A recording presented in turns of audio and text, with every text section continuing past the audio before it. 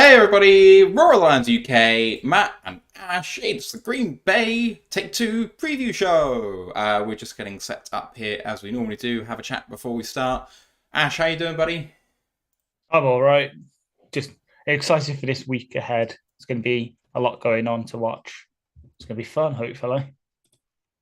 Fingers crossed, I am looking forward to it, but also I feel like I need some sleep at some Yeah, point. true. It's been hard, and so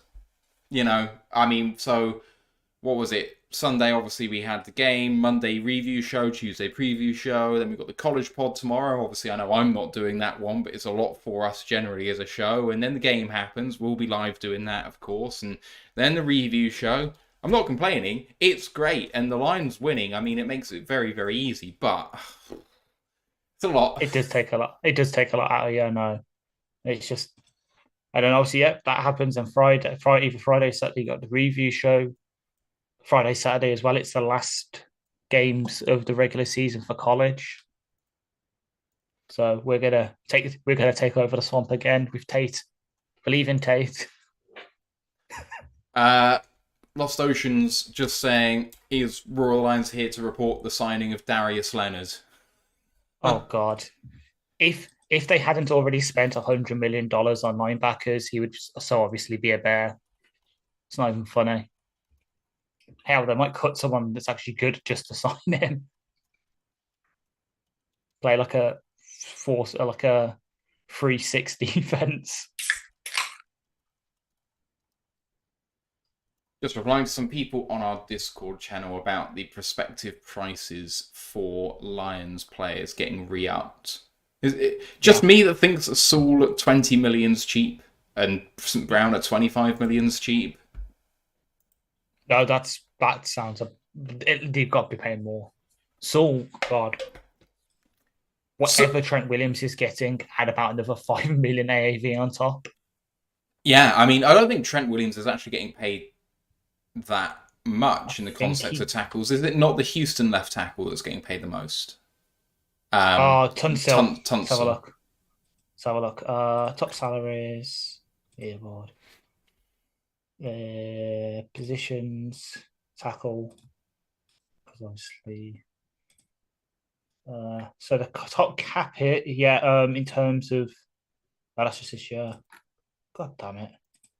Contracts, active contracts. There we go. It's on the wrong tab. Positions, tackle. So the most in terms of value is Trent, so but that's over 6 years. So the most in AAV is Tunsil with 25 mil. Then it's Andrew Thomas with 23.5 mil.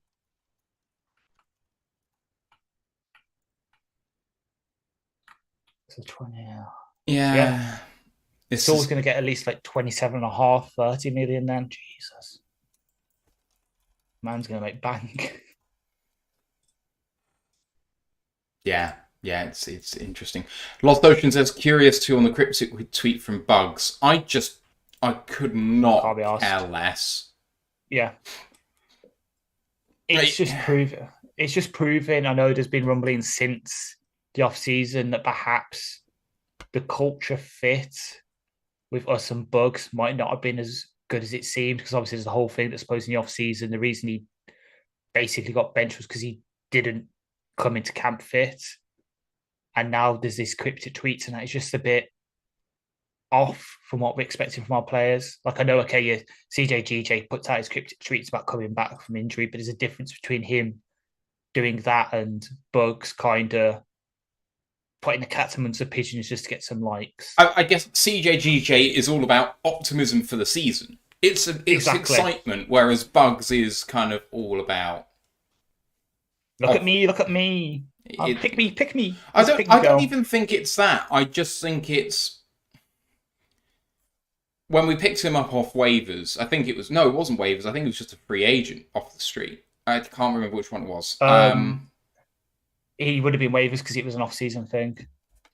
Either one. We picked him up off the scrap heap.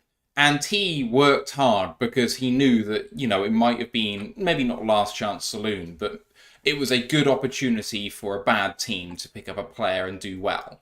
And then he did well, and he felt a sense of entitlement to like reap the benefits of his good play, which you expect players to do, but he was willing to not work for it once the work as he saw it had been done. That's how I see it. And I'm not in the building, I don't know, but like the evidence seems to point that way, that he felt entitled to something he wasn't getting.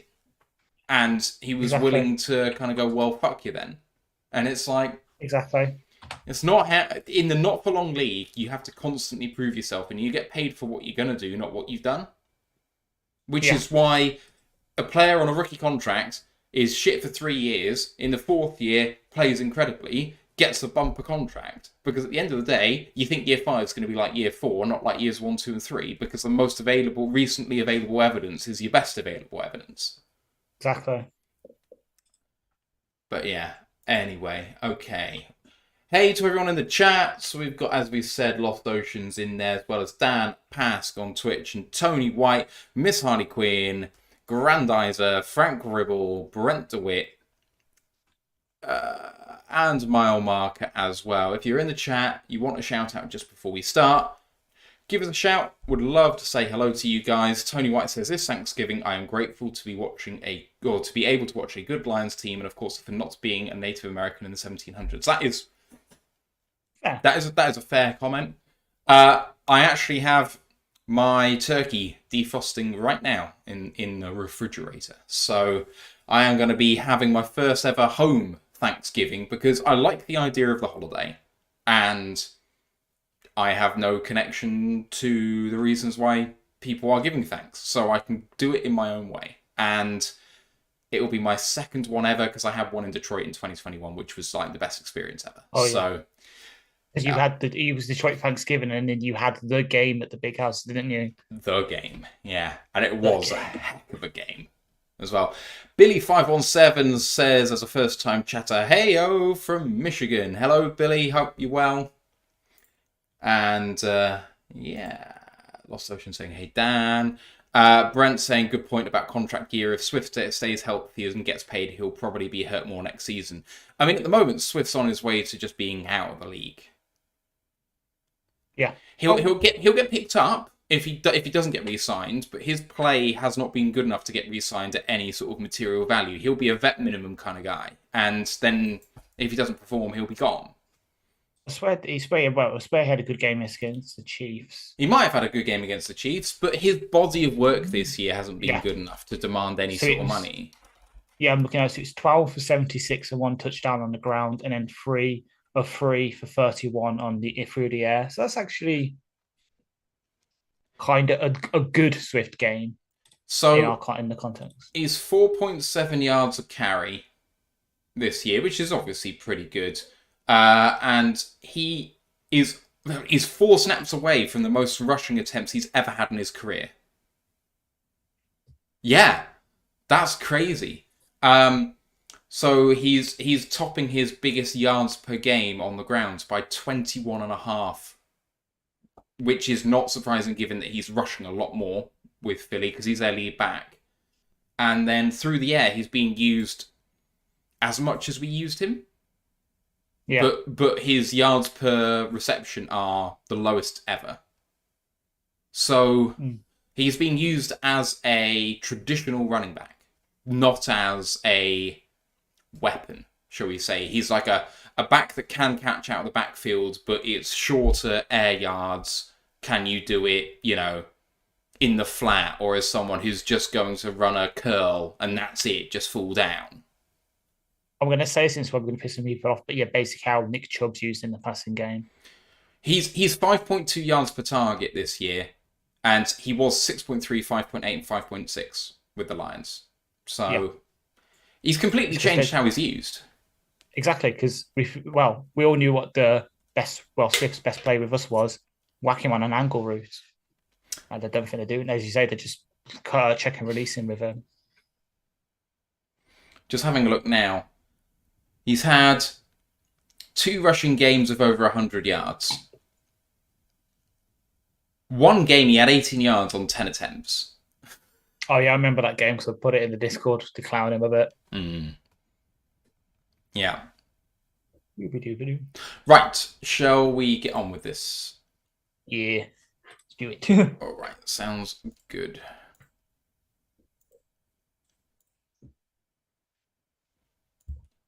Recording in progress. Welcome to another edition of the Royal Alliance UK podcast, episode 234. We found love in a hopeless place. My name's Matthew Turner, alongside my co-host Ashley Soden. How you doing, man?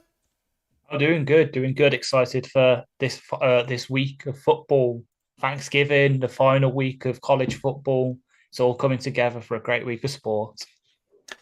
It's going to be a really, really fun one. I cannot wait. We are going to be previewing the Packers game right here. Of course, we have the college football podcast tomorrow breaking down that last week of the regular season of college football, so don't forget to check that out. You also need to join our Discord channel. It's a great place to chat ball all year around. Links are in the YouTube chat and Twitch chat right now.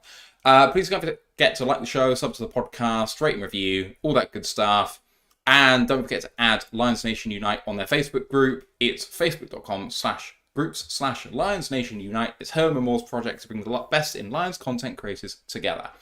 We're a Twitch affiliate, we're YouTube monetized, and we've got a tip jar down below. So if you're enjoying what you're listening to and you want to show some love, we would much appreciate that. But listening's all you need to do. That's all the thanks we need. And there's a feedback form down below as well. So if you have any suggestions on how to improve the show, we'd love to hear from you. So head on down to the YouTube description, click the link, and I'll take a look. Finally, our merch store has launched, as is being modelled by the lovely Ash with the hat.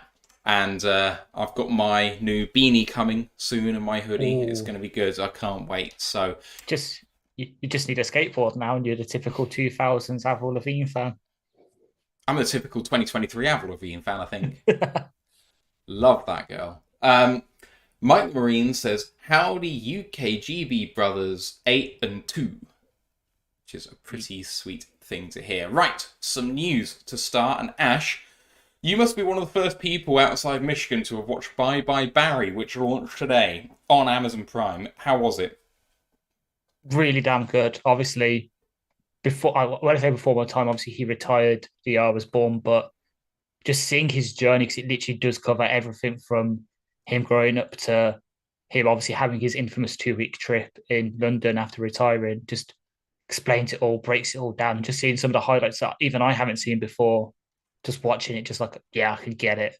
It was sad at the end, just seeing his reasons for retiring and hearing about some of the stuff that happened with the team as well that pushed him towards that. It was an interesting watch. I know some of the people featured in it won't be too happy. Some of the players mentioned what happened. Scott Mitchell's come out on, I think it was Facebook, with a bit of an angry post about it. But for the most part, everyone kind of comes out okay. No one's really like villainized. So good watch. You haven't seen it yet. It's only about 90 minutes. Maybe save it for Thursday. It can be your entree to the Thanksgiving feast that will be this game we're about to preview.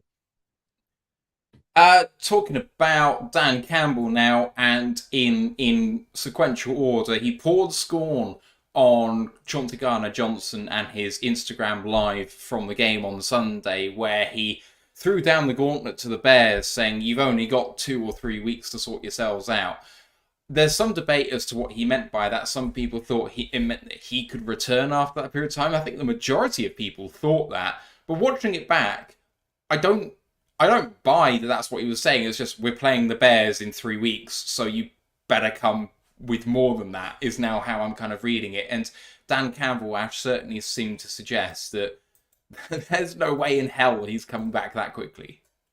Yeah, so I think it's that plus a couple of other posts that he's done throughout the past couple of weeks that do suggest he is really pushing to be back before the end of this, like of the regular season at least. So I think it's just Dan being his usual self with injuries. We saw it over the past couple of years where if a player is out for a lengthy period of time, he really doesn't want to say how long it will be because, for example, let's say with James Houston, he says, oh yeah, he's going to be back by the Denver game, and then he's not. It kind of makes him look bad. It makes the fans worry because like, oh, what has he had a setback with his injury? What's going on? So if he just leaves the medical stuff to the medical department to sort out and he doesn't really touch it and say anything too specific, he's kind of protecting himself and protecting the player from any potential blowback if things go badly in terms of the timelines they give.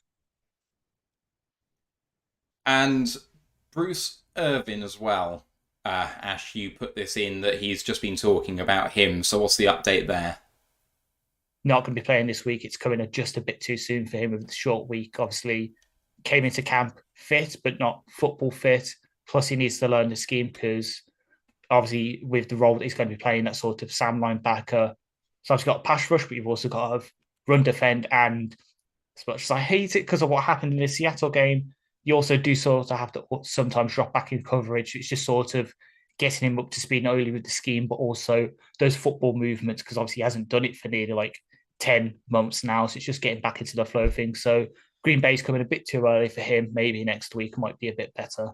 I mean, we effectively get a mini buy, so hopefully that buys him enough time to get fit. But I mean, even if he does, he's on the practice squad. Do we elevate him? Do we have other injuries that we need to cover with elevations? Like, there's no guarantee, even if he's ready to go, that he's going to get elevated. So I guess we will see. Just a quick aside before we go into the preview here. There's a question I want to address. A very important question from Frank Ribble in the chat, who says, what's your favourite sweet pie in the UK? And I am struggling with this because they're not really as much of a thing here, I would venture. A sweet pie. We tend to be more savoury pies or meat pies, but sweet pies, especially like, I know the term pie is a bit loose because, like, is a lemon cheesecake a pie? Well, it's not, because it's like, it's a bit more cakey. But in terms of what a pie is in America, a pecan pie is not that dissimilar to a lemon cheesecake in terms of, like, how it's constituted. Maybe the base is a slightly different texture, but, like, it's basically the same thing. Calton says apple crumble. Apple crumble is absolutely there. It's not a pie, though, is it? Is it? Yeah, but no. But apple pie or, and it's going to sound weird because obviously the name of it, but especially with the season we're coming into over here, an apple mince pie. I love mince pies. Oh, mince pie is the best.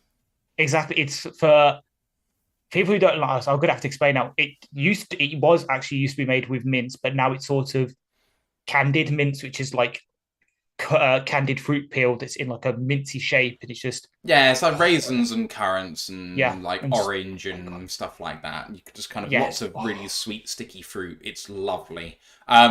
Especially good with, I know people like brandy butter and that sort of thing. I just quite like having clotted cream with it. Really same. Nice. I don't like hot take. I don't like brandy anyway, or Bailey's. So just give it me with clotted cream, bit of warm custard, a bit of ambrosia Devon custard.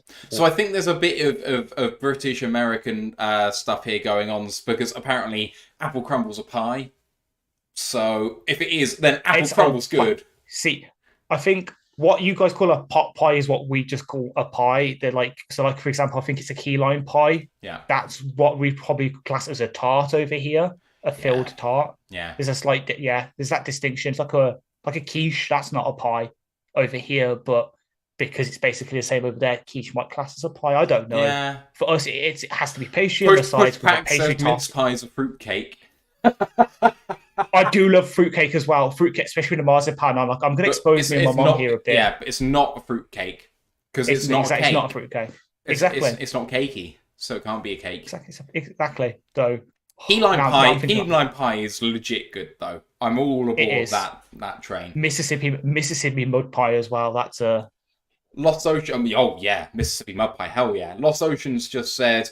Just grabbed his Costco pumpkin pie, $6 for a 14 to 16 inch pie. That's pretty good value. We are making a pecan pie for Thanksgiving as well. We're going to start that, I think, tomorrow.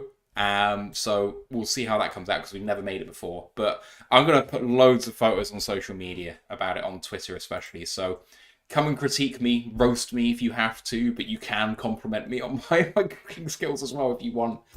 Mike Marie said, Matt, my wife and I just have mushed peas and shepherd's pie.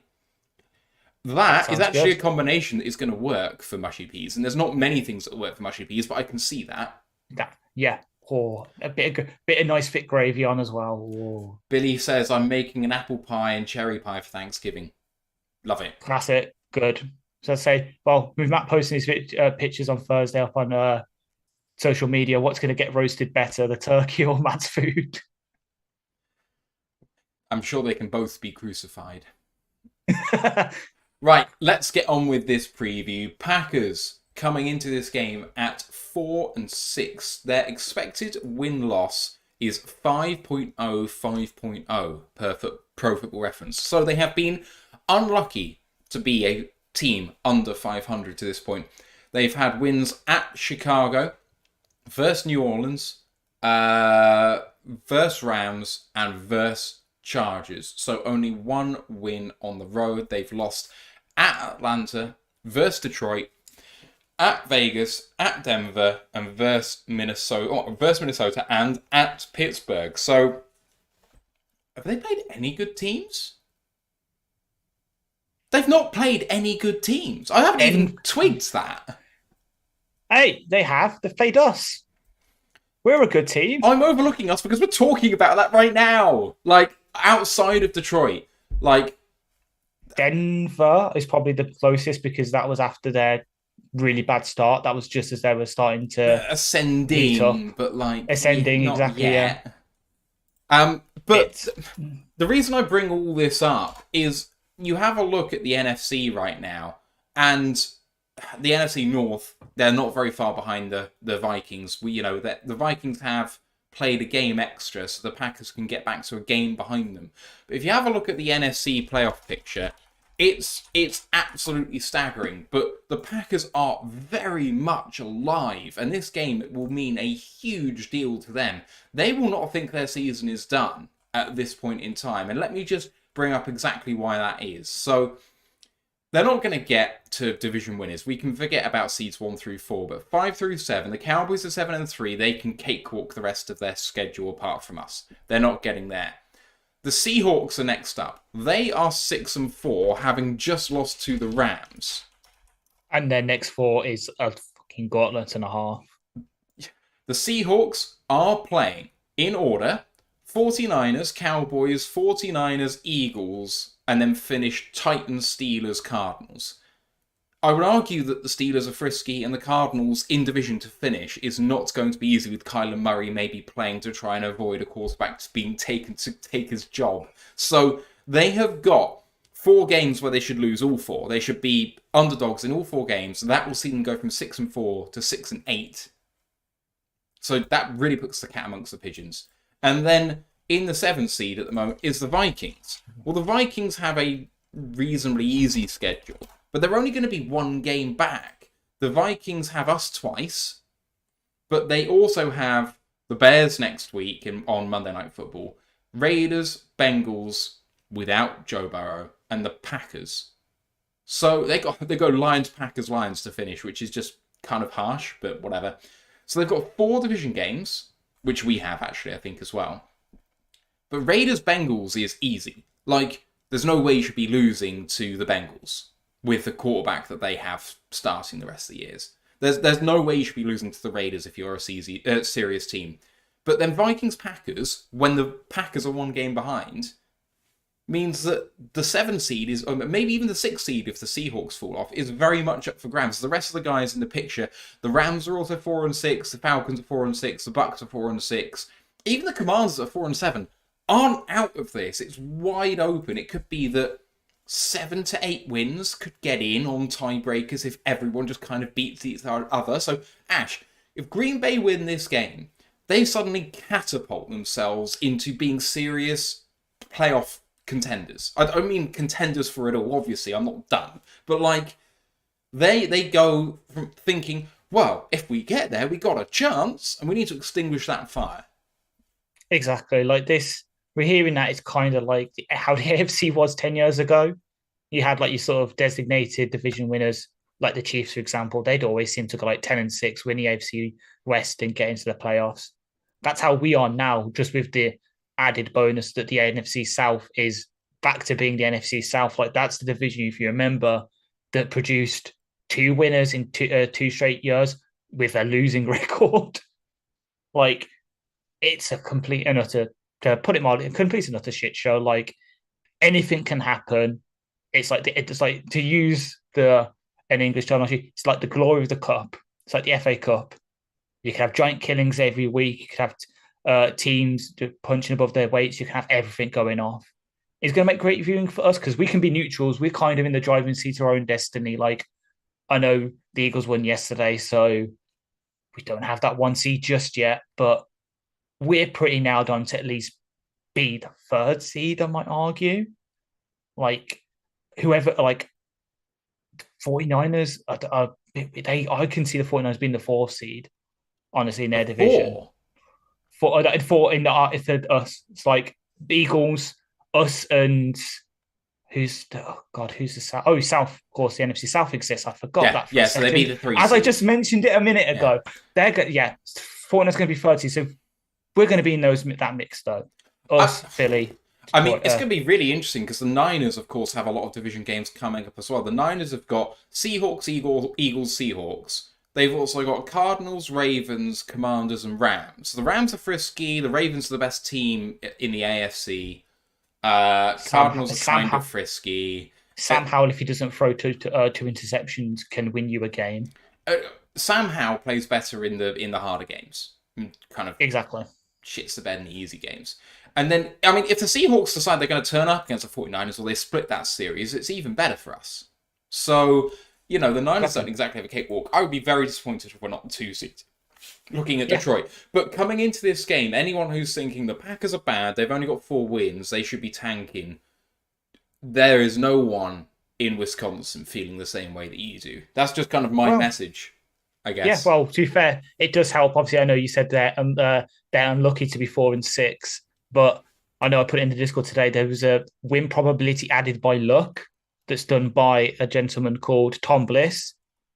The Packers are well on top of that with a plus 173.2% win percentage added by luck. The next team is the Chargers with 130%.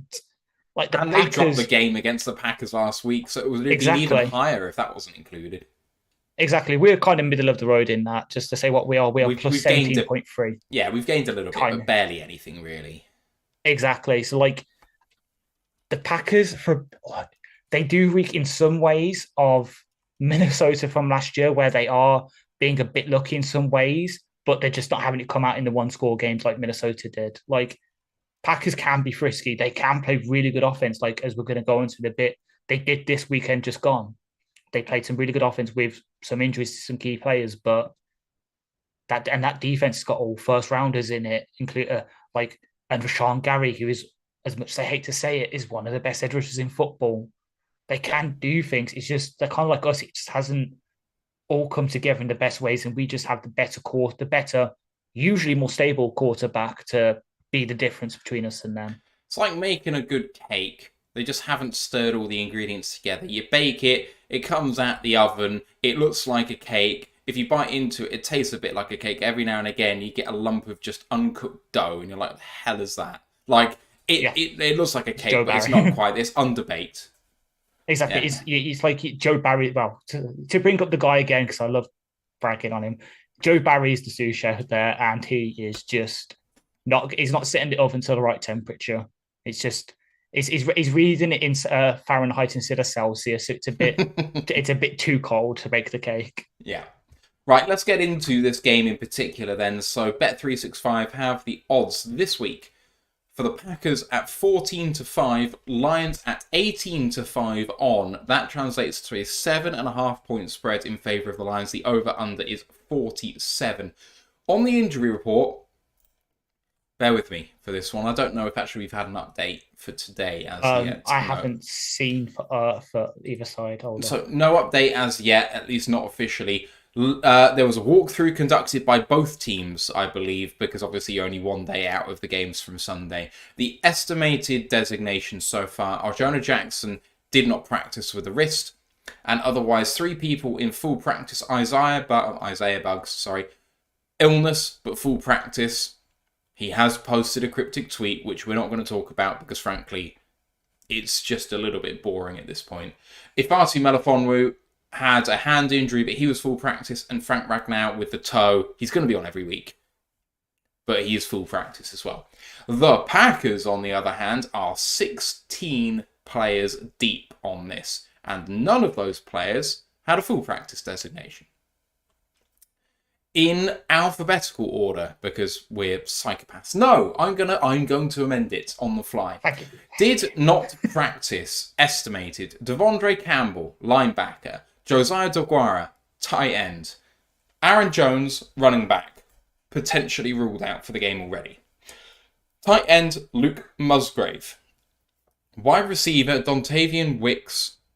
He especially is interesting because concussion/knee. Do not think if he's in the protocol, he has. I think he must be ruled out because I don't think you can clear protocol in that time.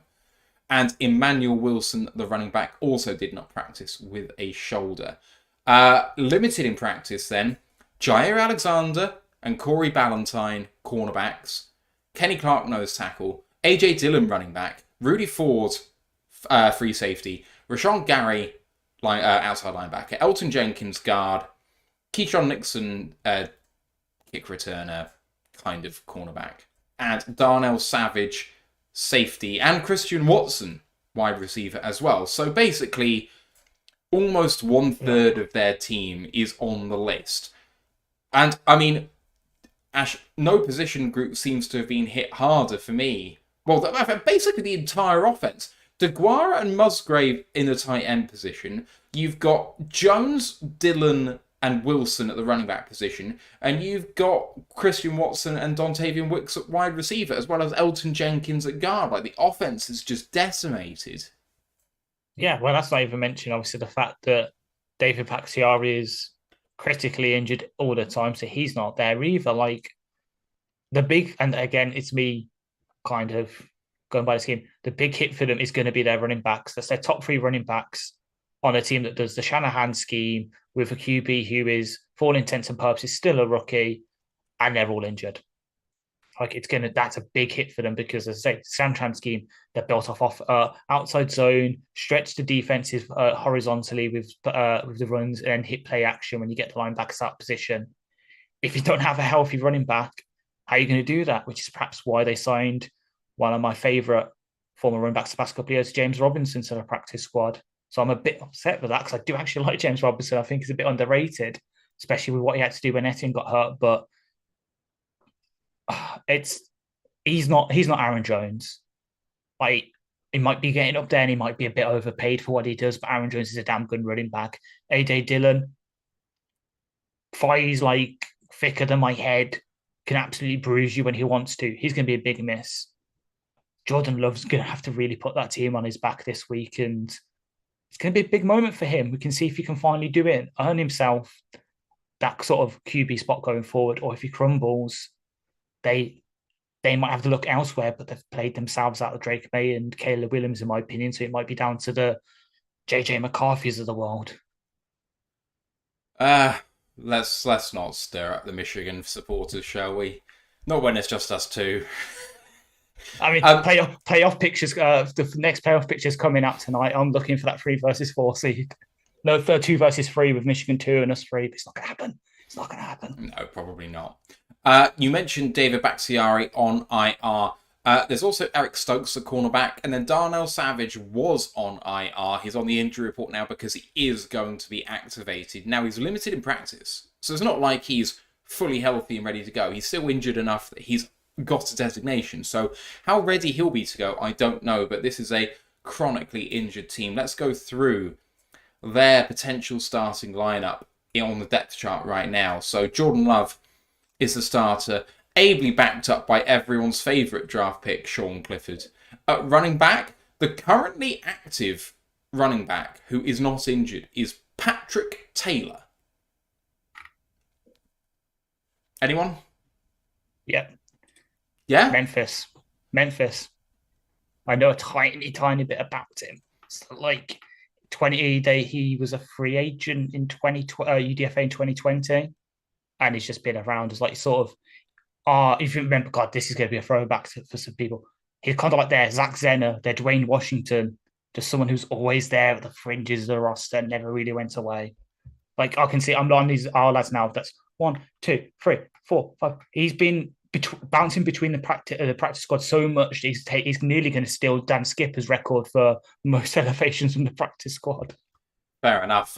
So Patrick Taylor, and then, of course, You mentioned James Robinson. It appears very likely that he's going to get called up. I can't imagine Aaron Jones will go. And with Wilson banged up, you've got to elevate him just to be RB2 at the very least.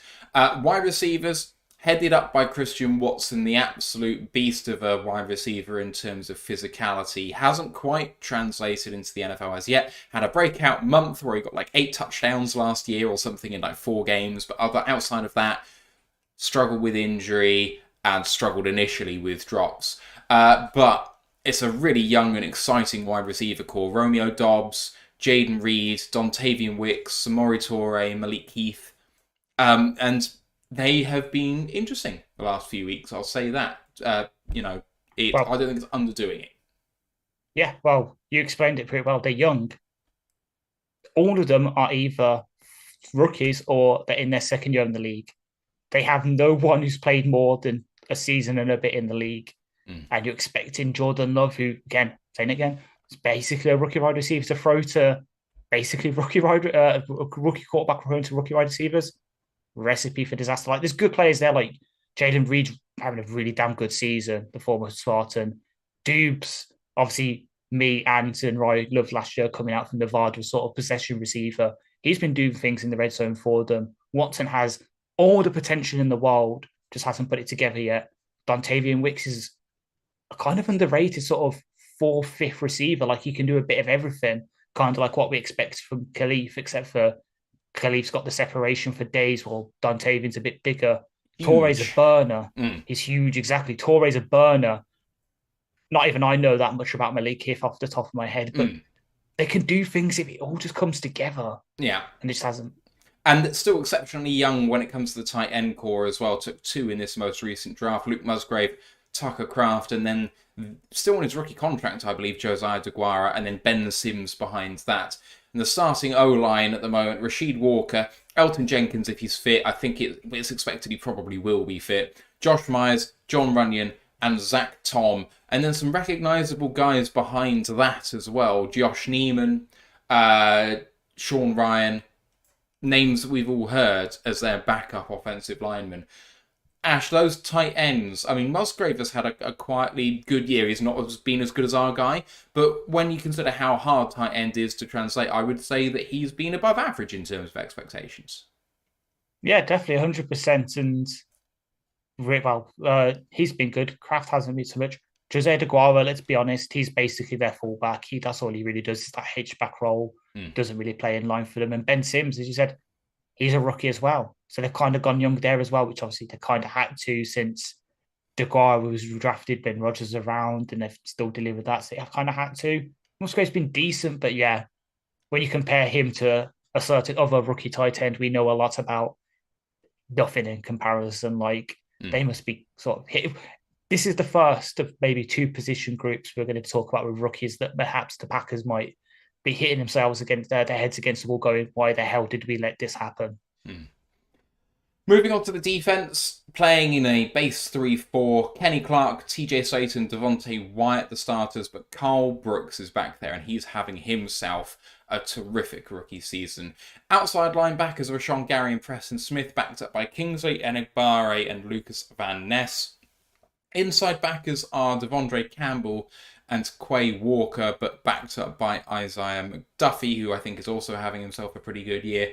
DBs are Jair Alexander and Carrington Valentine, backed up by Keyshawn Nixon and Corey Ballantyne. Corey Ballantyne, not to be confused with Carrington Valentine.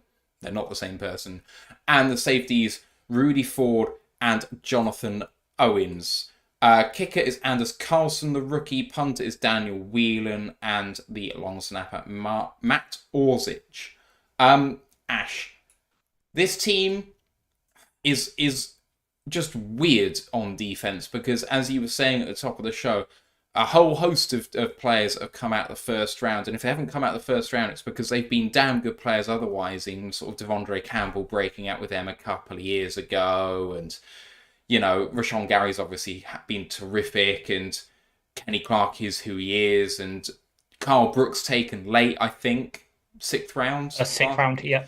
But he's been fantastic. Lucas Van Ness has hardly played as a first rounder this year.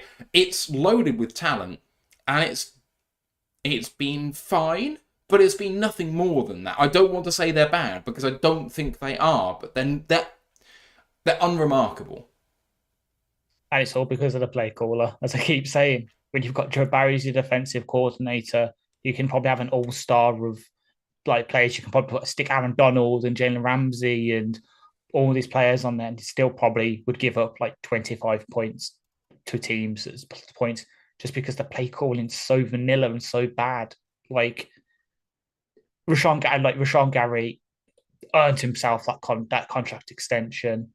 Like he does carry this defense. Like they've gone are the days a couple of years ago when you had the Smith brothers sort of tearing you up. You had Kenny Clark scaring you.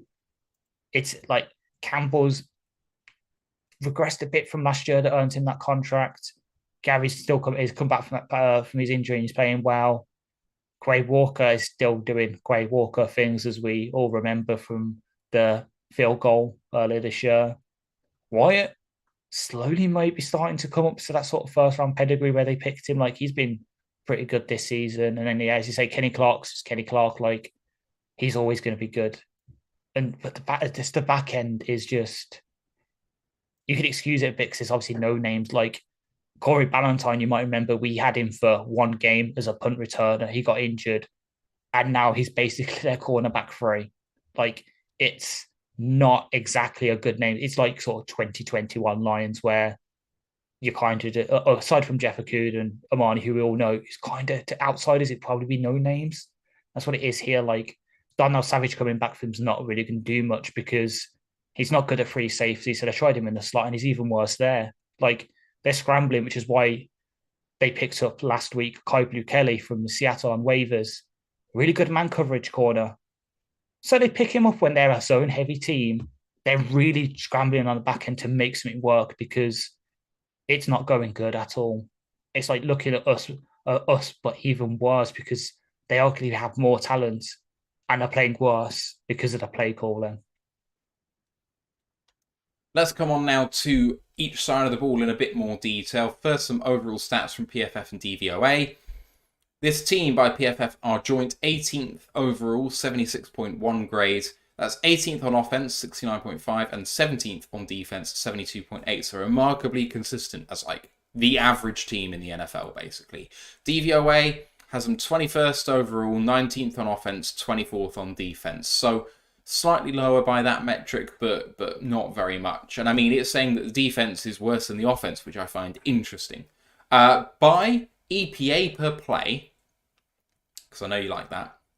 I didn't put it in the metrics, but there we go.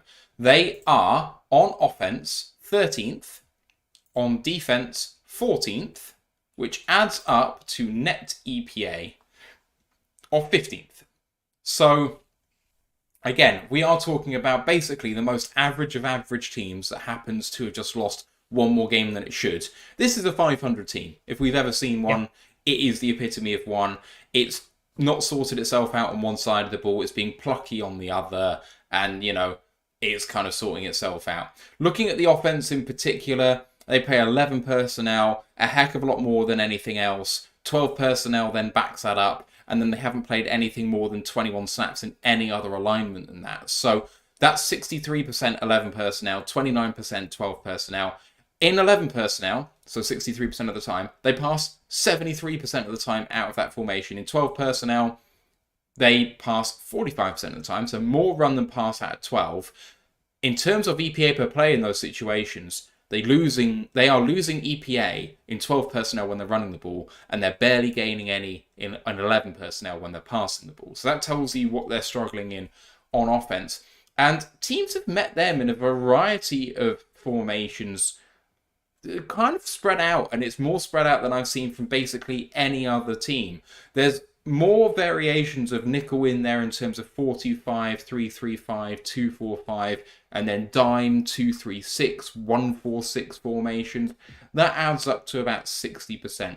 The rest of the time, you've got some base, but 3-4-4 or 4-3-4 adds up to 27% of your plays. The rest of the time, you're in a bit more of the funky formations that you don't see very often. So teams like to mix up on defense against the Packers, which I find really, really interesting. And I think Part of that is Jordan Love is basically a rookie quarterback, and they're just trying to muck him up a little bit. And talking of Jordan Love, 203 completions this year on 340 attempts. That's 59.7%. 2,331 yards, 16 touchdowns, 10 interceptions. That's a passer rating of 83.8 and a QBR of 47.4. It's a PFF grade of 70.7. So he's had an above average season, apparently. AJ Dillon, he's the lead rusher because of Aaron Jones having his injury. He has 117 carries for 405 yards. That's 3.5 yards a carry and 1 touchdown. You're not winning with stats like that. Also caught 19 balls out of 30 targets from the backfield. That's a really bad rate for a running back. You should be talking 80% plus, but that's just a nick above 60%. 169 yards for him and a touchdown. PFF grade, though, is 73, and I think that is going to tell its own story in just a moment. Leading wide receiver in terms of yards is Jaden Reed. 5 rushes for 61 yards and a touchdown, so he very much can carry the ball, and when he has, he's got 13 yards a rush. 32 receptions as well, and 51 throws his way. 463 yards. That's 14.5 yards a catch and 4 touchdowns. His PFF grade is 68.8. And the leading tight end is Luke Musgrave. 33 catches on 45 attempts, 341 yards, 10.3 yards per catch, and 1 touchdown. PFF grade for him of 62.7. Other good grades in there. Zach Tom is the highest graded player on the team, the right tackle. We really liked him coming out of the draft a few years ago, and he has delivered for them. He was a backup for a little while, coming into his own now. 78.8 for him. Romeo Dobbs is the highest graded wide receiver on the team, 71.8. And the guard, Elton Jenkins, is having a down year by his standards, but it's still a very respectable 67.4. The bad grades. Guard, John Runyon, 53.5. Guard, Royce Newman, 46.1. Tight ends rookie Tucker Kraft, 44.9. Draw your own conclusions from those grades. Efficiency metrics, on third down, they're 43.5%, which is 8th. On fourth down, they're 55.6%, which is 11th. But in the red zone is where their struggles come. 16 touchdowns on 34 trips is 47%. That's 27th in the NFL. So, Ash, a lot of data to kind of look at there. But it boils down to receivers and running backs and quarterback doing well in trying to overcome an offensive line that's really, really struggling. And when it gets to third down between the 20s, they're overcoming that. But when it comes to condensed fields in the red zone, they can't convert the short yardage situations. Yeah, it's definitely interesting to sort of go back to you said about the defensive formations. I agree, it's definitely a byproduct of teams trying to mix it up with Jordan, give him some hard looks. But it's also the teams they've played, because they have played a pretty wide variety of schemes. So played Chicago, New Orleans, us, Las Vegas, and that's it in terms of 4-3s. But then they've also played Atlanta.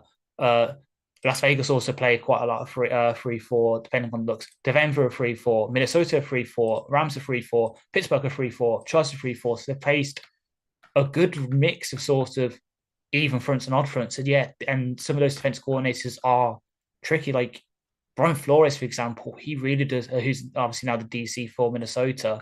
He loves mixing up his looks. Pittsburgh, they're pretty crafty sometimes with their looks as well. So it's a combination of obviously teams trying to confuse Jordan, but at the same time, just the fact they've played quite a large variety of different schemes. It's not like us where we've played quite a lot of traditional, like sort of 3-4 zone defense on the back end Fangio schemes, because that's kind of what we have. Like obviously, this is our second game against Packers. They run that. Chargers run that. Denver run versions of that. So we've seen that in the bit. So it's kind of a bit of both, but they've seemed to do quite well against, as I said, like they get some positive EPA against nickel, which is kind of surprising considering that's usually interception formation you face. So getting 0.05 EPA per play against that is kind of interesting. So you look at it deeper in some of the stuff like some Love. Yeah, he's having a quietly good season in terms of grade for passing 69.1.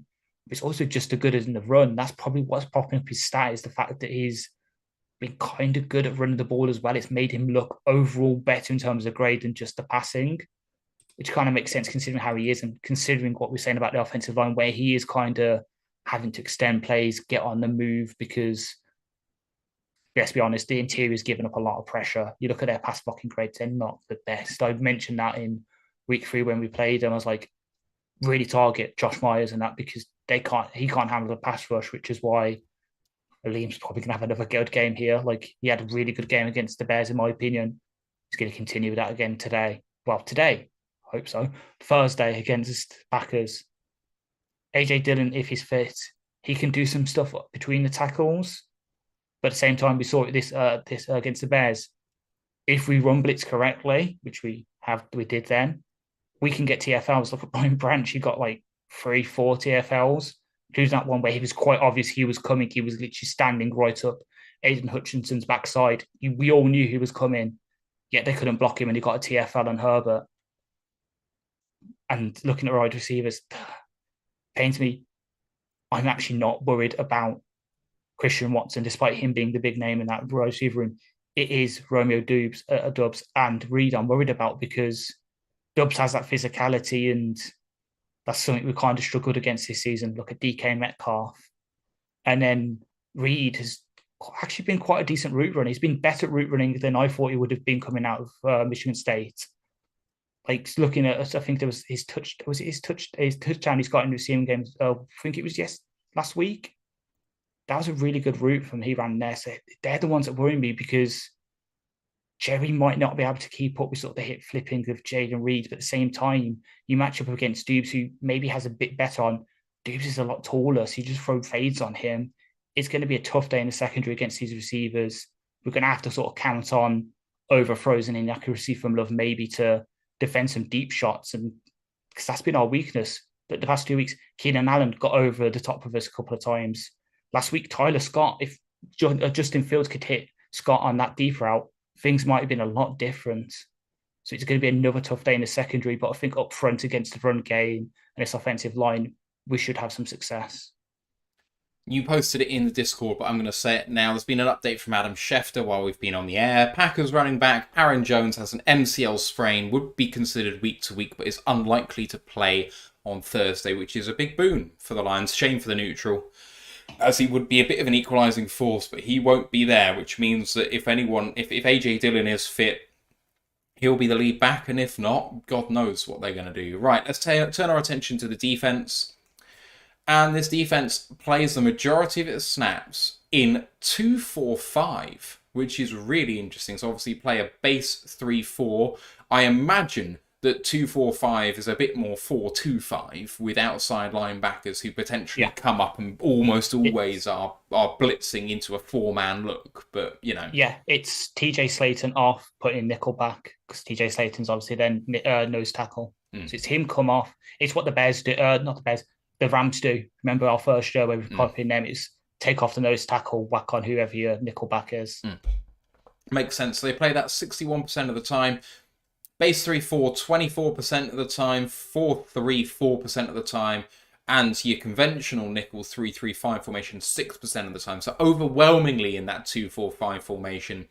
And they face the pass 66% of the time in that formation. So having a look at the rest of it, there's nothing to write home about. When they're in 4-3, they give up a lot of EPA per play, but they've only played that 25 snaps at a time. So if you can ID a 4-3, pencil that in for some points for the Lions.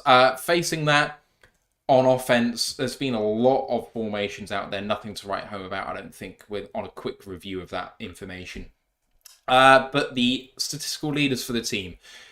We've talked about Quay Walker, and I mean, maybe we should take an over-under on how many referees he can push in this game, but he's had 1 interception and a touchdown, 3 passes defended, 73 tackles, 5 tackles for a loss, a quarterback hit, and a PFF grade of 64.6. Rashawn Gary, one of the league's best, as we've said. A pass defended and a fumble recovery, 5.5 sacks, 23 tackles, 6 tackles for a loss, 13 quarterback hits, and a PFF grade of 78. Rasul Douglas, the cornerback, is the pass defender leader. He has 1 interception, 6 passes defended, a fumble recovery, 32 tackles, 2 tackles for loss, and a PFF grade of 75.2. Rudy Ford, the safety, who may not play in this game, 2 interceptions. He is the leader in that category for the Packers. 4 passes defended, 58 tackles, PFF grade of 72.4. Other good grades in there. Preston Smith, the outside linebacker, 73.8. Inside linebacker Devondre Campbell, 71.5. And nose tackle, defensive tackle, whatever you want to call him, Kenny Clark, 65.8. There is only one bad grade in there, which is Jonathan Owens. There we go. I was going to say Jesse Owens. I was like, no, that's someone else. Jonathan Owens. I put J. Owens, and I'm like, hang on a minute. Are we harking back to 1938 here? Jesus Christ. You know Jesse Owens. Yes, good. Yes. I almost made a very big faux pas there. Right, 48.5 grade for him. He's the only person below 50. There's no one above 80. They're a very middle-of-the-pack defense. Efficiency grades, on third down, 39.2% allowed is 17th. On fourth down, 58.8% allowed is 19th.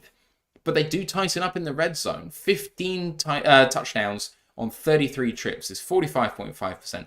That's 7th in the NFL. So they're not good in the red zone themselves on offense, but they're not bad on defense. And Ash, having a look at those guys in there, it's clear that you're going to have a good day on offense to beat this team. And they're no mugs. They have got players, and it doesn't all come together, and they do concede points. But you're not going to be scared of them. But it wouldn't surprise you to see them be productive either. Yeah, I know. Guys, say first off, as much as I like to rip into Gutekunst, if he's managed to get a clause in the trade with the Bills to have Rasul Douglas to come back and play this game for them on Thursday, masterstroke by him. He goes from being one of the worst GMs in the league to one of the best if he's managed to pull that off with the Rasul Douglas trade to the Bills, because obviously he's in Buffalo now, not Green Bay. Indeed. And he still leaves him in passes defended. Yeah. I know, it's nuts. Exactly. It's just silly. It just shows that obviously he wanted to get out. He wasn't happy with Joe Barry, and he wanted to go and get a ring. And maybe he picked the wrong team for that, because ever since they played in London, they've been the worst team in EPA on defense. So maybe he's just a good player on a bad team. But yeah, joking aside, Quay Walker, when he's not being a complete and utter dumbass, can be a good linebacker. Maybe he was carried a bit by the talent at Georgia, made him look a bit better than he was, but he's got some athleticism. And when things go right for him and he's calm and not being stupid, and Campbell's there to sort of do most of the hard work and sort of leave him to be a point and shoot linebacker, he can be good. Rashawn Gary, again, pains me that he's really good, because obviously we passed on him to draft a certain Iowa tight end who now resides in Minnesota. Before his ACL, the season before, he led the league in pressures, which again, pressures aren't everything, but it just shows that you're affecting the quarterback, and you can do that when he's healthy and he's getting there again. Other than that, Campbell's a decent linebacker, but not as good as he was the year before. Like an all-pro. Kenny Clark, he can be a force still, but he's aging. He's not really having impact, which is why they tried to get Wyatt in. And that's why they moved him sort of back to D-tackle instead of nose tackle, because it makes it a bit easier for him where he's getting a one-on-one. Preston Smith's a good second linebacker, edge rusher. Dare I say, if he was on our team, he'd have a lot more stats and a lot better grade, because he can actually get to the quarterback. Imagine him and Hutch. That would be a really good edge duo. But yeah, you've put it pretty much right. And we were looking at PFF grades before live. There are a load of good individuals who don't really do much wrong, aside from Owens, who's obviously got the bad grade. But they're kind of jack of all trades, master of none. There's nothing really jumping out at you saying, I'm the star that's going to take this defense from middle of the pack to great. They don't really have they don't have an Aiden Hutchinson. They don't have, dare I say, a Kirby Joseph, someone just who not so much last week, but against the Chargers, him making that interception, Justin Herbert, did change a bit of momentum in halfway. They don't really have someone right now who can be that, other than maybe Gary, but he's not fully back from the ACL yet. Maybe next year, when he's a year removed from it and he's got all the football, he's got a lot more football under his belt, he can be back set. But right now, they don't really have, for me at least, someone who can be a game changer, someone who I'm like, he's the guy that really scares me. Right now, they're just a load of guys like, well, if he makes a play, I won't be surprised, but we can game plan around him. It's a load of players we can sort of game plan around and exploit their weaknesses. And the worst thing for this defense is, as I keep saying, we are built to beat this kind of defense. Our offense is the sort of anti Vic Fangio zone cover, like deep cover sort of thing, because we just it's designed just to cover the deep, give up the middle of the field, give up things short, just death by 1,000 cuts. And we're just happy to do that. We can just keep hitting Sam Laporte down and Rafa 10 yards ago. We're happy to do that. And it's just going to it's going to play into our hands because the Packers will then have to adjust to beat that. And they won't know how to. And then suddenly, especially with how he's been last week, JMO, if we keep hitting Amara and Sam Laporte short first, they're going to start creeping forward. It'll take one good route from JMO, one good ball from Goff, and we've got another 6 on the board. So it's going to be fingers crossed, because obviously I said all this about the Bears and it really didn't happen for 3 quarters. But if things go back to how they usually are for us, this could be a really fun game to watch on our offense. It could be. Right, let's talk briefly about the Packers game against the Chargers before talking a bit more about those matchups in just a second. Offensively for the Packers in that 3-point win against the Chargers, of course, the Lions also beat the Chargers by 3 points. Lovely passing by Love at times. Some really good highlight plays in there. Some zipped balls on time, in stride. The touchdown to Romeo Dobbs, I think you might have mentioned it earlier, but it was absolutely spectacular.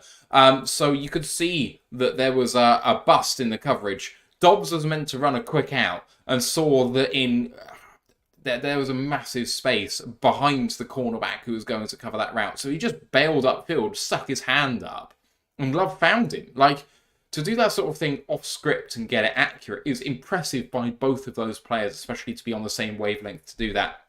Dontavian Wicks in crunch time had an incredible play. He had a 3rd and long, caught it about 3 yards short of the line to gain, got hit hard, and I mean it would have flattened most people, stayed on his feet, turned it from a 4th and short into a massive gain. And that really put the Packers in position to score the late touchdown to win the game.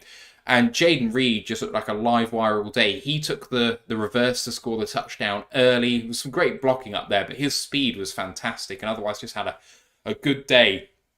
AJ Dillon had a reasonable day, I think, as well. Aaron Jones did too. I think the offense looked like it was rolling for the majority of the game. Defensively, stout in the red zone. The Chargers had plenty of possessions in the red zone, but they often led to field goals and they forced a fumble too in that area. But I saw issues in the open field. We said it before, between the 20s. It's not the best team in the NFL, and that's why I think you're expecting some really good things there. Just coming back to that offense, Ash, you mentioned that. I think you mentioned that Dobbs play earlier. Not. I think so, yeah. Yeah.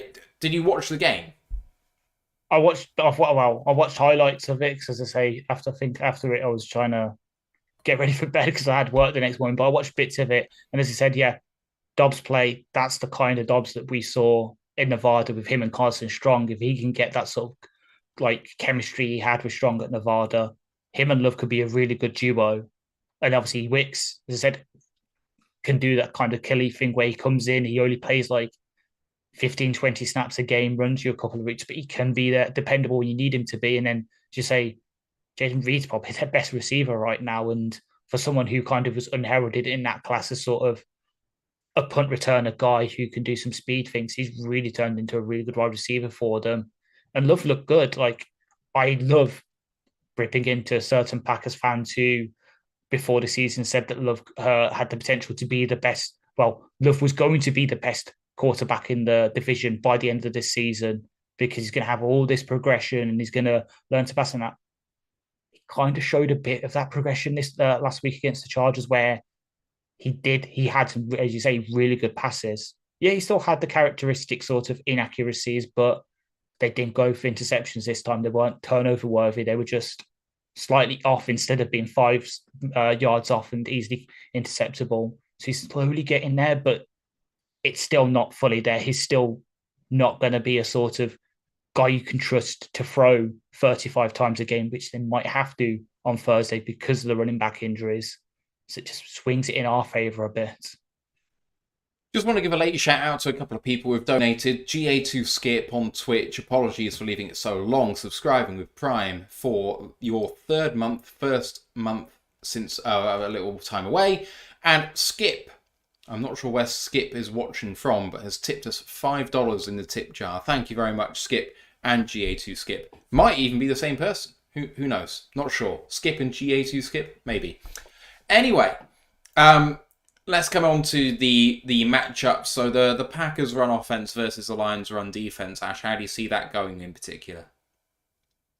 Hopefully very good for us, because if we get torn apart by what's probably going to be backup running backs, that's not good for us. Like, we were damn good against Chicago. Like, I know, okay, it is, again, with the preface, you take out Justin Fields' runs. But even then, most of his good runs came on passing plays where he had to bail from the pocket. When it came to designed runs, and runs from Foreman, Herbert, and most of them from Rojo Johnson, we stopped them within a couple yards of the line of scrimmage. So if we do what we used to do against, like, for example, Alexander Mattison, he'd always go off for like 150 and 2 touchdowns against us. If that happens this week with Wilson or James Robinson, I'll be a bit concerned, because there is a talent gulf between them and our run defense. We should hope, I'm fingers crossed, Alexander Zalone is getting like 2 TFLs and 10 tackles. Brian Branch is getting another TFL and quite a few tackles within the line of scrimmage. Jack Campbell, who I'm not cursing again by mentioning the tackle stat, but he has a kind of bounce back game against the run after he started off kind of shaky. I can see this kind of being a get right game in inverted commas in terms of perception for our linebackers against the run, because they did do good against the Chicago. It's just because they started off so badly, you could see the missed tackles that went from a 1 yard gain for Dante Foreman to 6 yards. Kind of get right against that. Yeah, I completely agree. I mean, Jack Campbell had 3 quarters of absolute dross, but when push came to shove in the fourth, he was elite. And that goes unnoticed when you've been bad for the entire game. But when it came to bringing it back, he was a really big part of it, and I hope that he can do big there. I mean, this is one of the bigger matchups of the game for me, because if the Packers can run the ball, it's going to go some way to nullifying the Lions in general. It's going to provide a stable floor for Love to pass. So the Lions have got to dominate here, and they should. Especially with interior pressure, you've got to expect that Aleem's going to have a really good game. Okay, so why not run off of your best tackle? Why not run off right tackle with Zach Tom? Well, that's going straight into Aiden Hutchinson's clutches. And that's the biggest matchup of the game for me. Aiden Hutchinson versus Zach Tom, 2 players playing really well in their respective positions. Whoever wins that tussle might end up winning the game. Expect the Lions to have a big advantage here, though. Other side for the Packers in terms of passing offense versus the Lions pass defense. Lions pass defense has been low-key poor recently, and the Packers passing offense showing some signs of life. But, you know, you're talking about a passing offense for the Packers that was poor coming up to average, and a Lions pass defense that was great coming down to average. Ash, it's a bit closer, this one. How do you see that? Dare I say, I can see them having some plays on us. Like, we can play well in coverage, but for some reason, and it always seems to be in key moments, we just get a bit too into it and we give up illegal contact penalties, or there's a ticky-tacky DPI that kind of goes their way. Like, that's unfortunately something you're going to have to expect in this game, is that there's going to be some big plays given up, I think, especially since, as we said, Jaden Reed's having a really good year. Dubes can just bully ball either of our corners. And Watson, if he puts it together, if he catches a few balls and gets back into his rhythm, he can purse us as well. Like, the key factor is going to be getting that pressure on just Jordan Love. And unfortunately, for people hoping for an Aiden Hutchinson return game, or for Charles Harris or Roman Crara or Julian Crara to have a breakout game to sort of step up, it's not probably going to come from the tackles. It's going to come from that interior. We need Aleem to have another good game. We need to have Pascal and Kamish, when they slide inside on passing situations, them to have a good game, because Tom is a good tackle. Like, in week 4 when we played him, he had a 70 grade. So he did reasonably well against Hutch. It's really gonna have to come from the interior for me. Target Myers, especially because I remember when I was watching the tape for week 4, you can just get him with a swim move, and Aleem is really damn good with that swim move. So him versus Myers is going to be a fun matchup to watch. Can't wait for it. Swim move, and if that doesn't work, you can just spin your way out of trouble. Exactly. Lions offense, then run offense versus the Packers run defense. And I mean, on paper, the run defense of Kenny Clark, Devontae Wyatt, Preston Smith, Rashawn Gary, with inside backers Campbell and Walker, should be okay. And yet we know historically that the run defense has not exactly been a point of emphasis for this Packers team. The Lions' run offense obviously has been one of the better ones in the league this year. Top 1 running back duo in the NFL. So, there's a lot to write home about for the Lions on this side. How do you see this matchup? I'm having a look at the grades now. Packers are 17th in run defense. So, not good, not bad. I think this should be advantage Lions. Yeah, especially since I'm going to bring in a little stat of the EPA stuff. Before last game, the Bears were the 4th best run defense in terms of EPA. After, they're now down to like 15th, 16th. And that's because you didn't even mention the bit that's actually the most important for me in this matchup. Our offensive line.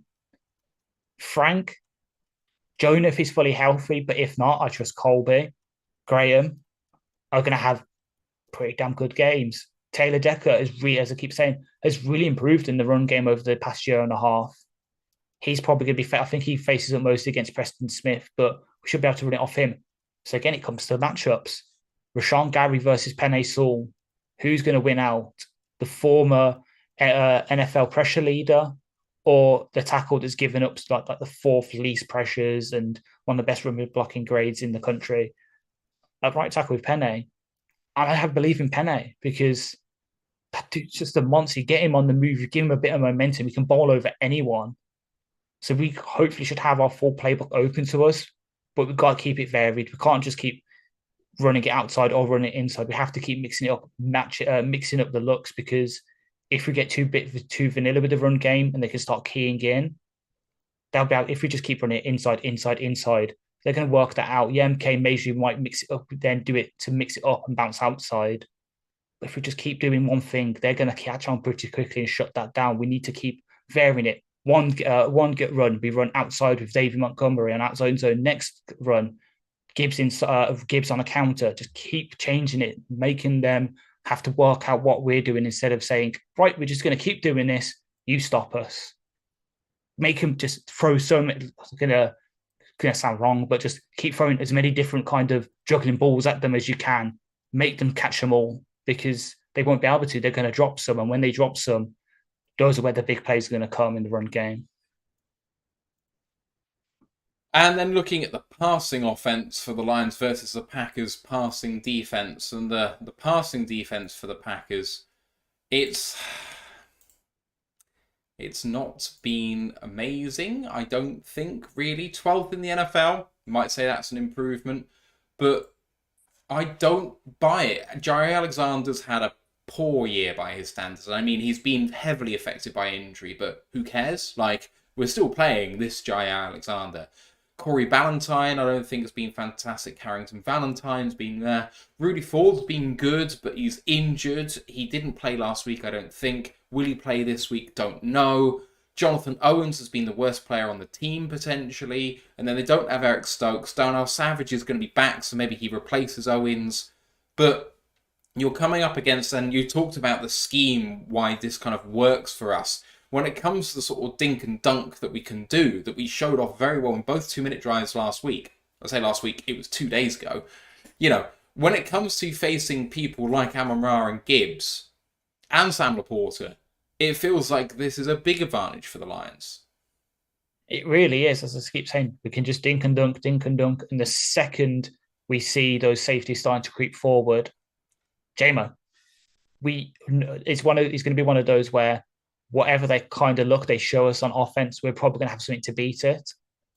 Not only because of the personnel, but obviously because Ben Johnson is just really good at scheming. When he's really in sort of form and flow with his play calling, he can call up some really good plays, especially partly because personnel, but partly because he's so inventive. But even if they, for example, they shade Ford over to JMO, that just leaves Laporte open on a seam, or you send Khalif deep, something that we haven't really seen too much of this year.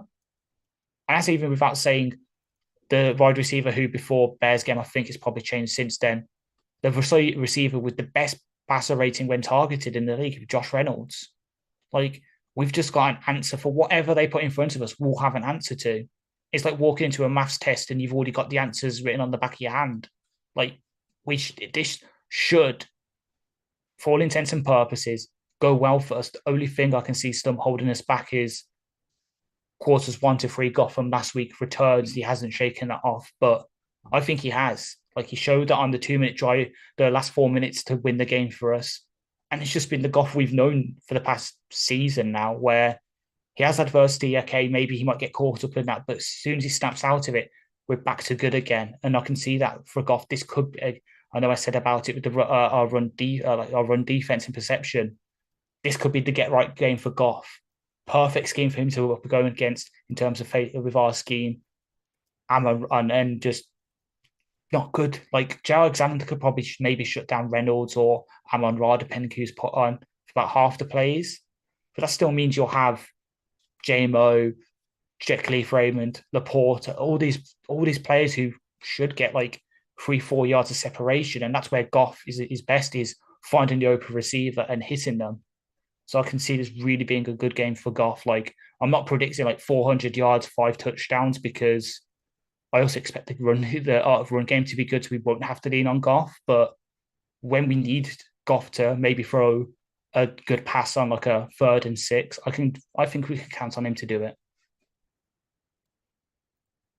We've kind of covered some of this, if not a lot of this already, but when it comes to sort of game scripting this up for the Lions, you've talked about the sort of dink and dunk and stuff like that, but are there any sort of schematic things on either side of the ball you want to see the Lions do to kind of craft out the victory? I know in previous weeks, especially with guests, I've kind of said, imagine you've won, how did you do it? And it's all that sort of similar vein. Not just let's dink and dunk it down the field, because that's kind of just a general point, but very specifically, is there anything you want to see maybe in terms of deviations from what we normally do, or do you think it's just a matter of being who we are? What do the Lions need to do to win this game?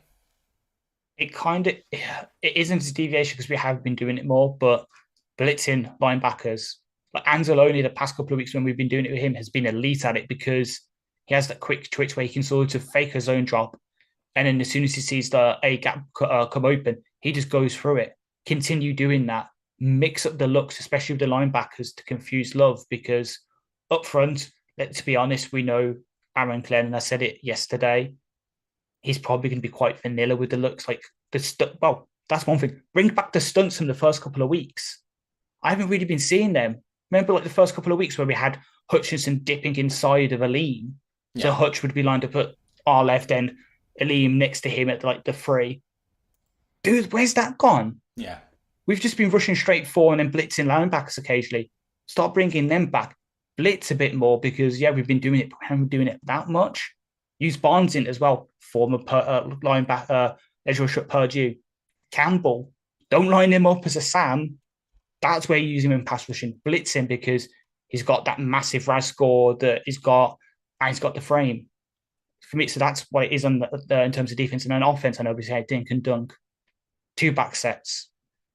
We used a 2-back set with both Monty and Gibbs once against the Bears. Once. I want to be seeing 10. 10, you run it with Gibbs on like 4, Monty on 3, and the other times you have them run routes. Just keep mixing it up with those looks, because they won't be able to defend both at the same time. There's no way. Either you load up the box anticipating the run, and you can check into a pass where Monty goes on the wheel route and Gibbs goes on an angle route, or they see it and they still fear our pass game. And then you've got 2 of the top 5 running backs in terms of EPA, I think, from what I posted on Discord earlier, to run the ball. It just opens it so much more, and it just confuses that defense, who's going to be vanilla as enough anyway and confused. So just add that confusion to them. I'm not saying bring back the Amon Ra play where he's getting a toss and he has to throw the ball to Khalif. Like, don't get that fancy, because that was done. Just mixing those kind of looks where you are being a bit exotic, while still running kind of, I don't want to say simple plays, but you're at least sticking to the basics. You're not asking to play too much of certain players. You're just putting them in the best positions to win, because that's supposed to be our entire mantra. And it hasn't been done as so much this season with both on offense and defense. Just get back to doing that. Yeah, I think for me, what I'm looking for is just to make this game really simple for us, because I don't think we need to do anything more than run the ball in this game. I hear you talking about the dink and dunk, and I definitely see that as a schematic advantage. I don't think that defensive line can stop our offensive line. I think we could bully this team, and if we can do it entirely on the ground, take it out of Goff's hands, give him a bit of a breather. Maybe that opens up the play action game that we so like to get him into, one of the best in play action in the NFL, and he does it very often quite early, which I think maybe contributed to the problem last week. It's worked for him recently before that, but, you know, maybe this time, maybe let's establish a run first up, because I don't think they're going to stop us. So get Monty going, get us into really good situations, maybe even play a bit of field position game, because I don't think that Love is necessarily going to hurt you particularly. Just avoid 3 and outs, pin them deep, force them to go the length of the field. You're not playing a Justin Herbert here. You know, you're not putting the ball in his hands going, shit, maybe shouldn't have done that, you know. And I mean, yes, the Chargers only scored 20 against the Packers, so we're going to have to take things as we can. You know, this Packers defense is no mugs either, but I'm seeing us making those marginal gains. And then on defense, you're right, I think, about just confusing Love, giving him stunts, giving him looks, but also just, he's another quarterback that can do it with his legs a bit. And I do not want to see us giving him too much, because I do not fear their running game at all. I do not think that their running game can do anything against us. We're still the second best rush defense in the NFL right now, and they are awful running the ball. So force Love to throw, don't let him get out the pocket, and just say to him, if you can throw the ball to your receivers over our DBs, which you may well do, you know, but you've still got to force him to make you win that way. And I might even be tempted to do that by dropping another guy into coverage, just daring them to run that ball, because I know they can't do it, and I know we're really good at stopping it. So give our guys on the back end a bit of extra cover, and say to Love, you are going to have to dink and dunk it down the field if you are going to make progress down here, and we're not letting you get out of the pocket. Which I guess is kind of hard with less guys on the D-line, but I still feel like it's going to be a way to win. So dropping 8 more than we do normally. I would like to blitz more than normal and drop 8 more than normal. So actually, maybe it's not about being who we are on defense. It is on offense. We're a running team. Let's make them running plays ourselves. But blitz more and drop 8 more and keep him off balance. And I think actually if we can do that on defense generally, I think that would be a really good thing, because I think we've got far too predictable, which is why we don't get home. They know exactly what to expect. And you know what? We're hoping our guys are just better than their guys. But when it comes to it, scheme helps. And that's why our offense has been so good. Is our offense genuinely person to person better than anyone else in the league? I don't think it is, really. But the scheme's so good that it just works for everyone. It plays to everyone's strengths. It enhances the team, and we don't do that on defense. Yeah, you saying about we're hoping for our players to be better than their players and doing that. And this is going to be a sore name for both of us, I think. That sounded a lot like what Steven Gerrard was doing. Hoping for moments of magic, I believe his catchphrase was. We just needed a moment of magic. That's what we're hoping for. We managed to get one last week with Hutchinson forcing the fumble for the safety. Against the Chargers, it was Kirby coming down with that excellent interception. For the most part, like week 1 against Mahomes, Big Branch's pick 6. Those sort of big sort of defensive performances in verticals we've had those moments of magic. And we haven't really, it's been from the players rather than from the scheme. So I agree, use the scheme to put the Bears in the best position, which we haven't been doing. And then again, you said about the field position. Good point, because I've seen it come up from the Lions PR. Jack Fox right now has the second best percentage of his punts landing within the opposition's 20. So this is the perfect day to continue doing that, as you said. I have a third of the fear of Jordan Love going down the field against us than I do Justin Herbert and such. Like if it was if it was the Chargers all over again, maybe you would be going for those 4th downs. But if it's sort of like 4th and 4th and are for like their 47, maybe. I'm trying to find out the perfect range where it doesn't sound too like it would be in that sort of range where between going for it and punting. I would side with the punting as you say, just pin them deep, say to them, okay, you need to go 80 yards, have fun. It might lead to situations where, okay, yeah, maybe they might win the time of possession battle, but that's not the worst thing because, as we showed last week, we can go. We can go. We can when we need to. We can go exactly. So, but also, I'm 100% for that. We want to avoid the slugfest, and yeah, people might say you avoid the slugfest by putting points on the board, creating distance, putting them under pressure to score. But I think that we do that by avoiding going behind, even to field goals. And the way you avoid doing that is don't give them good field position, especially when you don't believe in their quarterback. I do not believe in Jordan Love as a viable quarterback in the NFL. Not right now, anyway. And so put it in his hands. Let's see him. Let's see whether he can do it. Let's be having you. We've got one question which I just want to address, and then we're going to talk briefly about the rest of the games before wrapping this up. Brent DeWitt on YouTube says, how much do you think the Packers will try and plug up our middle routes like the Bears were doing most of the game? You've been talking about this quite a lot, but just to reiterate the point, talk about maybe why that... I mean, they could adjust completely what they do because they've seen what happened last week, but what do they do normally? So they run a kind of... If it's the old Fangio scheme where it's kind of... You have all your corners and your safeties back deep and your linebackers are basically just on their own covering between like basically the line of scrimmage and like the 15. They won't do what the Bears do, which is they run the sort of more Seattle 3 where you have those sort of your corners a bit further forward. It's cover 3. Well, they have to call them back. We have a safety down as well. It's cover 3. So if you remember Legion of Boom, you have Camp Chancellor doing what basically Brian Branch does for us right now.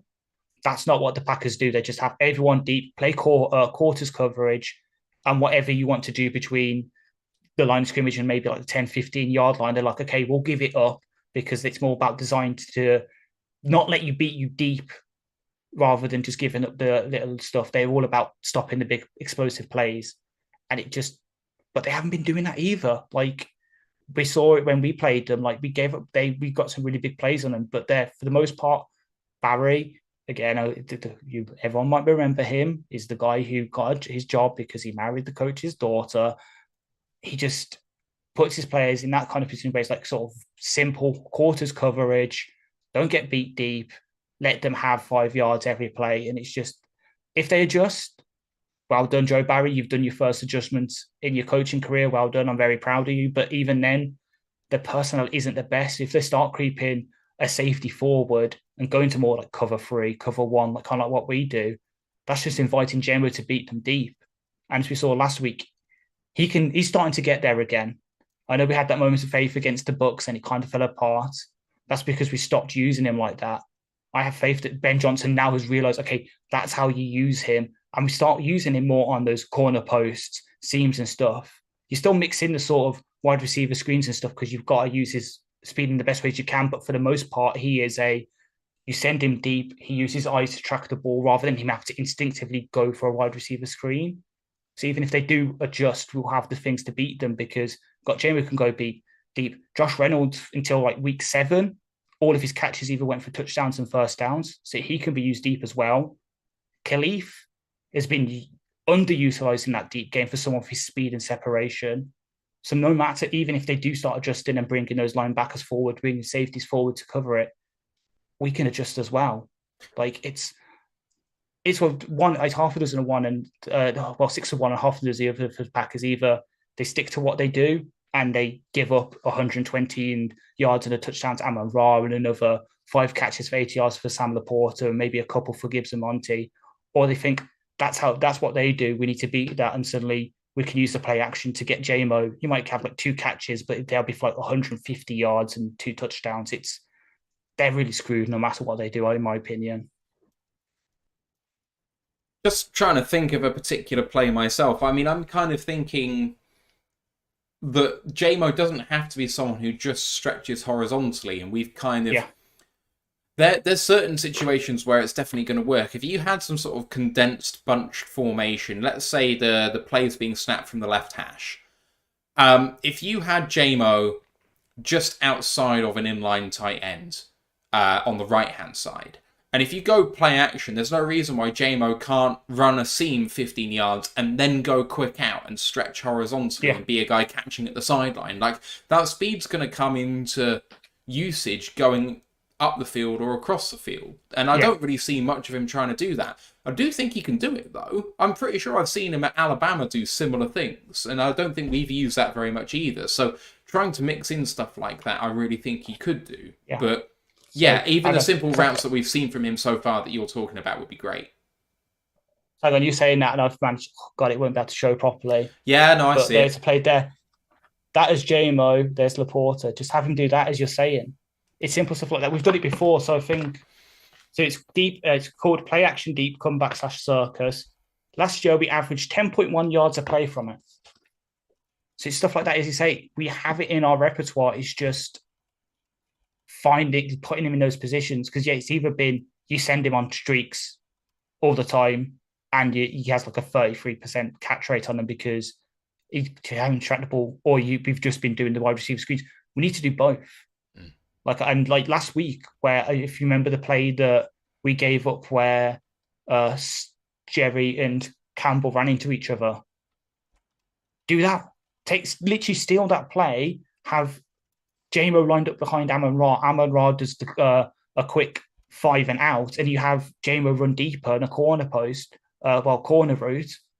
They have to choose. Either you sort of track with JMO and Amon Ra's open for 5 and he's got the yards after the catch, or you worry about him and then JMO's open 15 yards downfield. If you hit him, you can go the distance.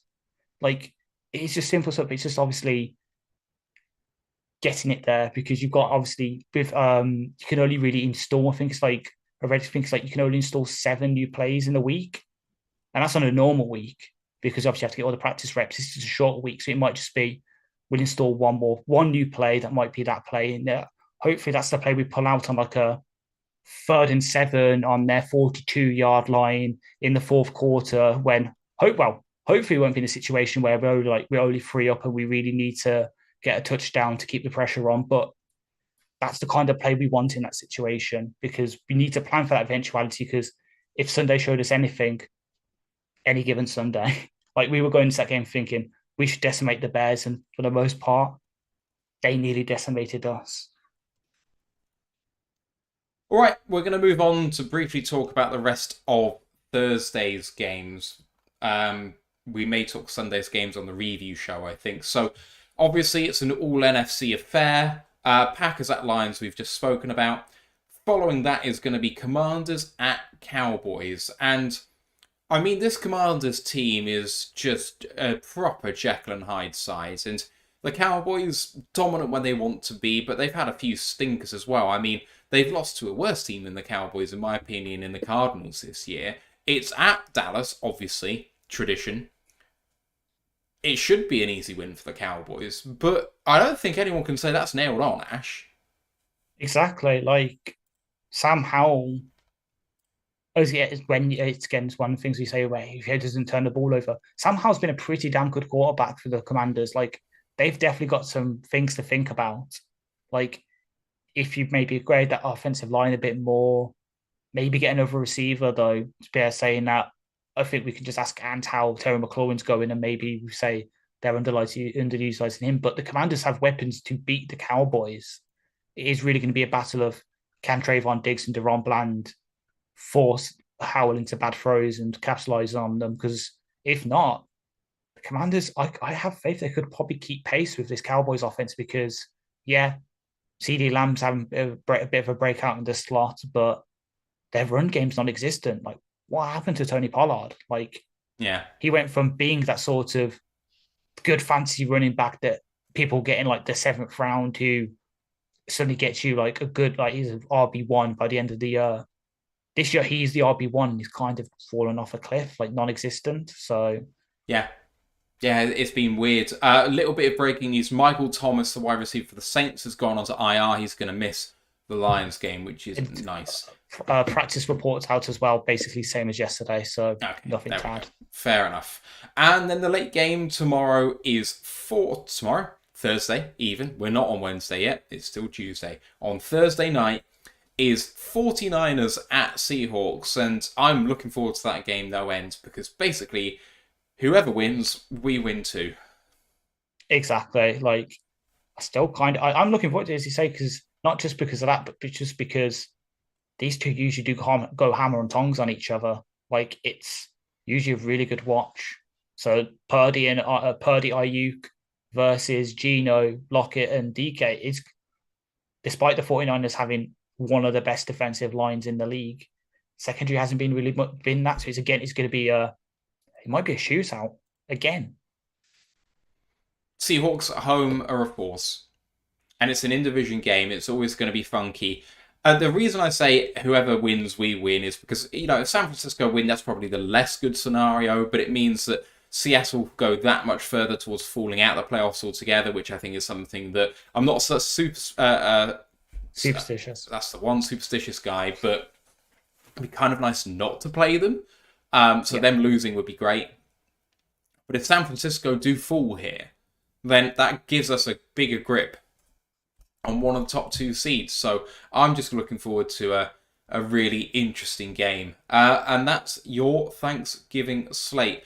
As I mentioned yesterday, because it's such a big week for us in terms of podcasts and stuff like that, we're going to end the show pretty abruptly here on the live and on the audio pod, just to give ourselves some downtime. So I hope you all enjoy your Thanksgiving. Myself and Ash will should be both on the call during Thanksgiving. There's been lots of people asking if we can eat a turkey leg live on air. I don't know why you want to see that, but to replicate maybe the famous image of a video of people doing that with John Madden. So I'm going to be doing it. Why not? It's going to be quite good fun. But anyway, the live reaction show, as I say, is going to be on Thursday for Thanksgiving. We hope you all have a lovely Thanksgiving with your families. Review show on Friday. And the college podcast, looking ahead to rivalry week, the last week of the college football season, is tomorrow. So don't forget to check out Ant and Ryan for that one. Socials, Raw the Lions UK on YouTube, Twitch, Facebook, Instagram, Twitter, and TikTok. There's going to be loads of TikToks coming out soon.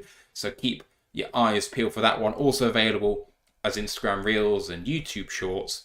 Facebook group for worldwide fans is Detroit Lions Fans UK One Pride Worldwide. I know there's plenty of members in there who do the Thanksgiving tailgate. I'm expecting lots of good pictures and stuff in there, so I hope you will enjoy that coming out too. On the website, rotluk.com, for the preview articles. I'm going to try and get one out myself, I think, this week. Actually, you're not doing one this week, are you? Because it's just a bit... I just don't have the... Yes, No. not enough time, unfortunately. I'm going to try and do a condensed version, shall we say. Please don't forget to... One pride and fuck the Packers. Recording stopped.